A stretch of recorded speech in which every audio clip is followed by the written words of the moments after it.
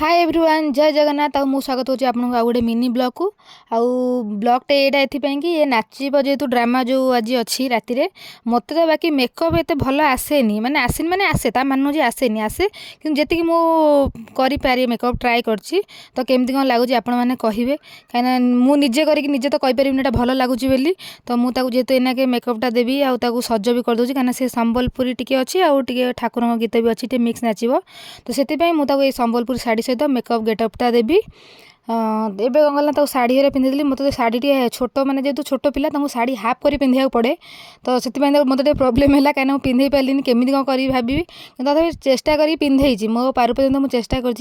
करतापी पुणी मु नेकलेस हरिया सेट करदेली कहीं जमी मानव आउ सार्टा आपन केमी कौन लगुच आपण मैंने कहे